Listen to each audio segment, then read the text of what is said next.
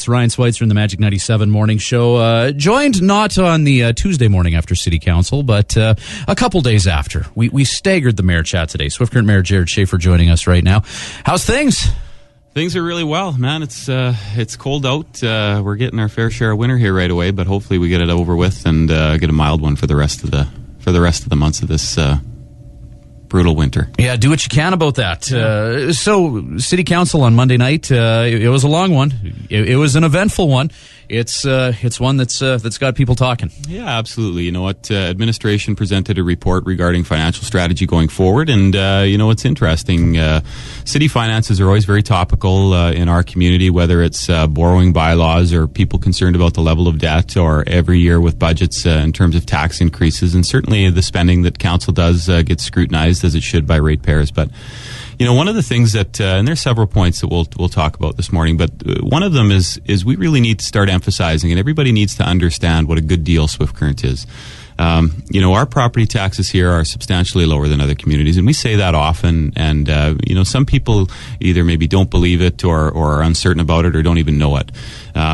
But, you know, according to the study by the Canadian Federation of Independent Business, on $200,000 of assessment in Swift Current, our taxes are incredibly low.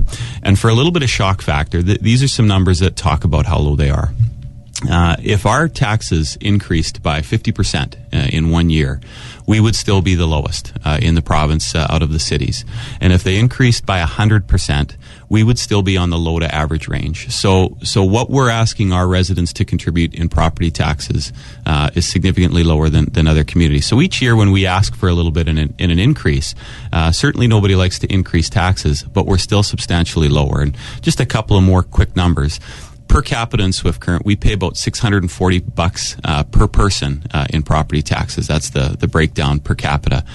Compared again to the two cities that we're most comparable to, Yorkton and North Battleford, they each pay about $1,200 per capita in property tax. So we're getting a heck of a deal here, and you know, we need, as residents, we all need to understand that and know that and appreciate that. So you're not raising taxes by 50 or 100% to put us up there, but there is an increase that looks like it's coming?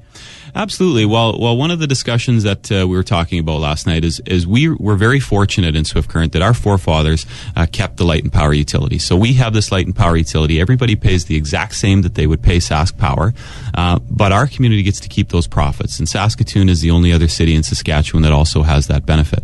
And that's why, essentially, why our property taxes are so low is we've always used that revenue to subsidize property taxes.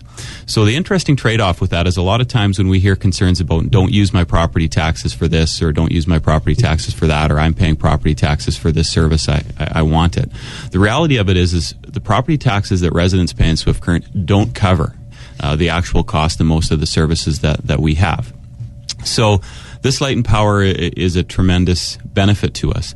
But the reality of it is by having such low revenues in our community, low taxation and subsidizing that taxation, it's forced us to use debt as a means to invest in our community. So that's the third part of the conversation that we have. But one of the reasons why we have debt in Swift Current is because we don't have the same cash flow that they have in other communities. So, you know, when you talk about the numbers that we've got, about $74 million in total debt, over $50 million of that, Ryan, is for things like hospitals, water and wastewater treatment plants, landfills, property developments, bridges. So hardly frivolous spending or things like that. Pretty necessary stuff for a community.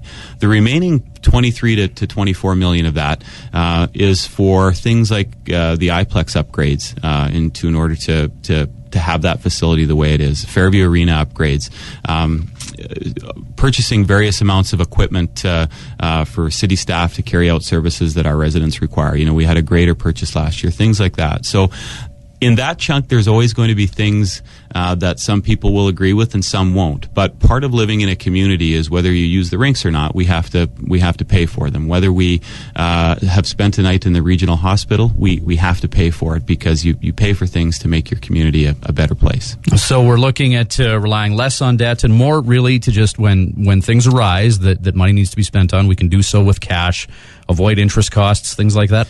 Absolutely. So the trade-off is, and what's really important is people always talk about, or it's a very common theme that when we talk about our debt in this city, everyone's waiting for the other shoe to drop. How is that going to impact future taxes? And the reality of it is any debt that we've amassed in the past will never impact future taxes. It's all funded in various sources. But going forward, it's, do we continue to use debt to fund upgrades at Fairview Arena and things like that? Or if our residents aren't comfortable with that, do we use cash flow to do it and bring our revenue stream up to more comparable to other communities so that, when we invest $750,000 in the Fairview Arena and get matching grants from federal and provincial governments, we don't have to borrow that money, we just pay for it. So that's the biggest challenge that we've got. And, as we were talking before, managing the expectations is a big challenge in that regard. So, we're often compared to what happens in other communities. And if we go up by 5% or 10%, we're compared to the percentage increases in every other community. And, Yorkton is a great example, and we don't use it to pick on them because they've got a great mayor and they're a good city, but we're the same size and same types of services required.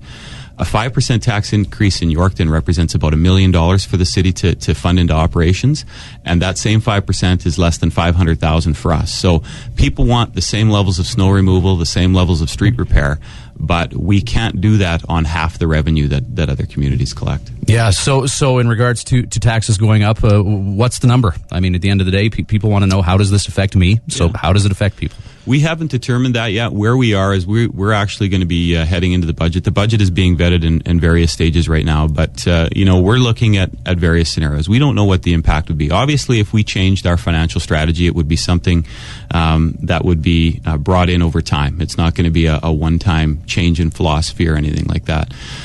So I can't give you that number, but that number will come out. I mean, it's interesting. Municipal governments actually have to operate in a very transparent fashion. The only way for us to get more revenue from our residents is we have to ask for it. And that's tough compared to, our colleagues at federal or municipal levels. If you earn more income in 2013 than you did in 2012, you pay more tax. Yes, we do. You have a tax increase, and nobody has to announce it. Nobody has to say that we're going to increase your taxes to the province. You just earned more, so you paid more. For us, in order for us to ask for more, we have to ask for it. So it's a challenge, but we operate transparently, and you know what? We want this to be good dialogue. We want feedback from the residents, and we want everybody to really truly appreciate how good we've got it in Swift Current and how good a shape we're in, actually. All right, so bottom line, it's going up, but still the best deal in Saskatchewan. Is that fair enough statement? Absolutely, still the best deal in Saskatchewan, and I think the biggest question that we're facing. And you have hard numbers to prove. Still the best deal in Saskatchewan. Hard number. That's not just me spewing for sure. Yep. You know what? Going forward, the question really is as a community, do we want to use debt to rely on funding a lot of capital projects in our community, or do we want to get our revenues in line where we all pay a little bit more in taxes? And therefore we pay for more things with cash flow, and that's really the question that we're in. It's not a financial crisis. It's not past debt leading to future tax increases. It's about how we manage our city going forward. Right on. I have a feeling we'll be chatting more about this over the next few weeks, but there's other radio stations that want to get at you today. So, Jerrod, thank you very much for your time this morning. Good. Thanks, Ryan.